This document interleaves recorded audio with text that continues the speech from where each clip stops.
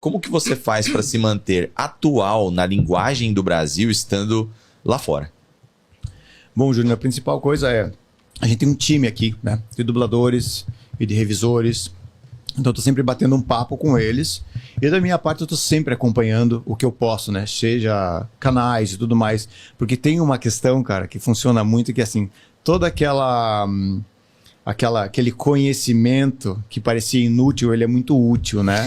Piadas de quinta série e tudo mais, que a esposa não dá risada e tal. Então, assim, isso é muito útil, né? Isso te ajuda a linkar. Mas os próprios tradutores, revisores, o próprio time, né? Mantém atualizado e coisas assim. Às vezes eu acabo tendo...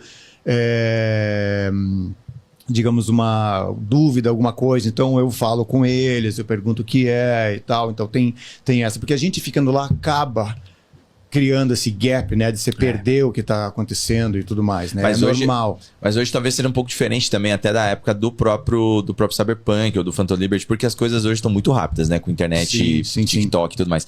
E eu já me coloquei, inclusive, um dia à disposição, porque eu sou campeão em piadas imbecis de quinta série.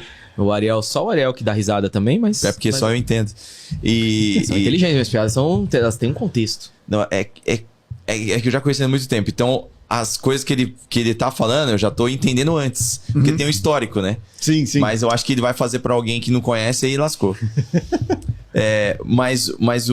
Eu perdi esse fio. Vou pra próxima pergunta do Júnior, depois dessa daí. Que não era importante. O Júnior falou, quanto tempo a equipe tem pra trabalhar na localização de um jogo do tamanho do The Witcher 4? Cara, do tamanho do The Witcher 4... Ou se você não puder falar, porque... Não, porque as coisas assim, mesmo em full production e tudo mais, é difícil você já visualizar lá na frente, né? O que vai tomar de tempo, né? Sim.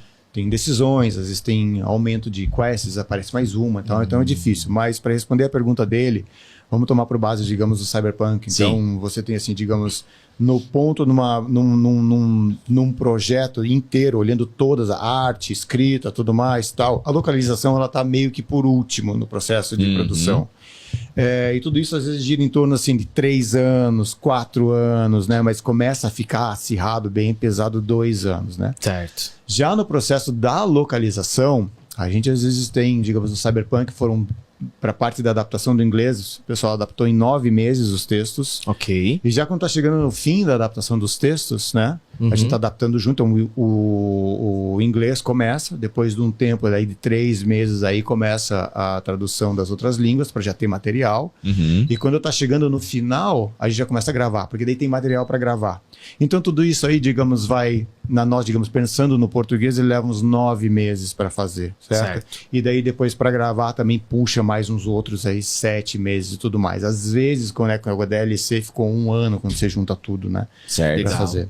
Não, é interessante, porque não são todas as empresas que têm esse tempo de produção, não, né? Mesmo. Isso é bom, dá pra entender que há um investimento e que há vontade de fazer acontecer, né? Ó, o Júnior tá mandando... O Júnior tá milhão aqui. O Júnior tá interessado. Você quer trabalhar com isso, Júnior? Aí, ó. Já manda o currículo pro Deco aí. Eu vou transformar a pergunta dele pra talvez ficar um pouco mais fácil de entender. Eu acho que ele quer saber sobre se vocês trabalham em cima de texto ou de voz, de áudio. Na verdade, a gente trabalha em cima dos dois. É um processo, né? Tá. Eu começo lá pelos textos, a gente começa a tradução, revisão, tudo mais. Eu reviso tudo, analiso, acerto, dou. E quando aquilo tá pronto, daí vai pra gravação. Aí o script é transformado para um script de gravação e daí a gente vai pro estúdio gravar.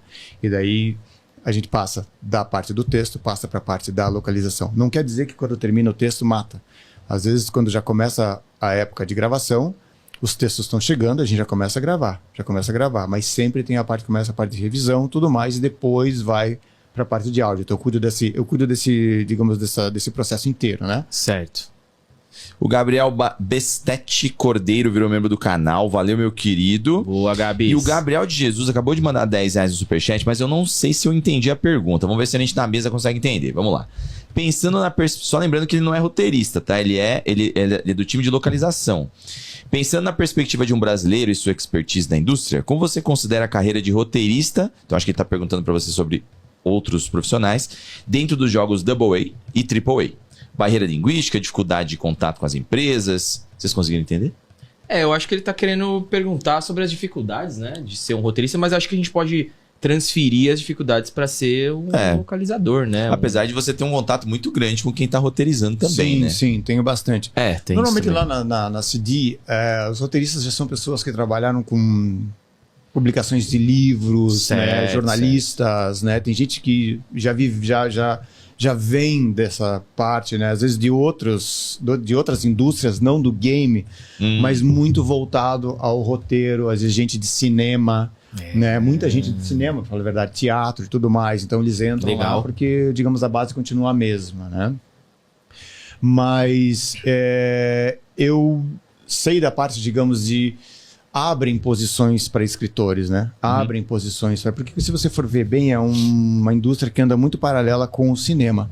Então abrem vagas para roteiristas, abrem vagas para escritores, né? Então é assim que tudo começa, o que eu posso dizer dessa parte, né? Certo. E daí para a localização acaba que também são pessoas linguísticas, né? Mas daí entra na parte da pessoa que ela é linguística, ela também já estudou outro idioma e tudo mais, então ela é mais na parte de traduzir e adaptar, não tanto na parte de roteiro, criação de roteiro.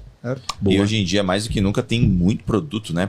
Que precisa de roteirista, precisa de localização. Muito. Por conta das séries, streaming. E não só precisa de roteirista, como precisa de bons roteiristas. Onde roteiristas. Muitos produtos acabam mesmo sendo um produto com grande nome, acaba não agradando a maior parte das pessoas. Não está fácil de encontrar, né? Isso é uma tônica do mercado hoje, que cada vez mais a criatividade está deixando a desejar. Tanto que a gente está vendo quantidade insana de remakes e remasters. Filmes e games e tudo mais. Filmes, jogos, tudo, cara. Então, tá rolando uma leve preocupação aí, né? Exato, isso é um fenômeno que tá acontecendo agora, né? Remakes de todas as partes, né, cara? Desde música até filmes e tudo, né?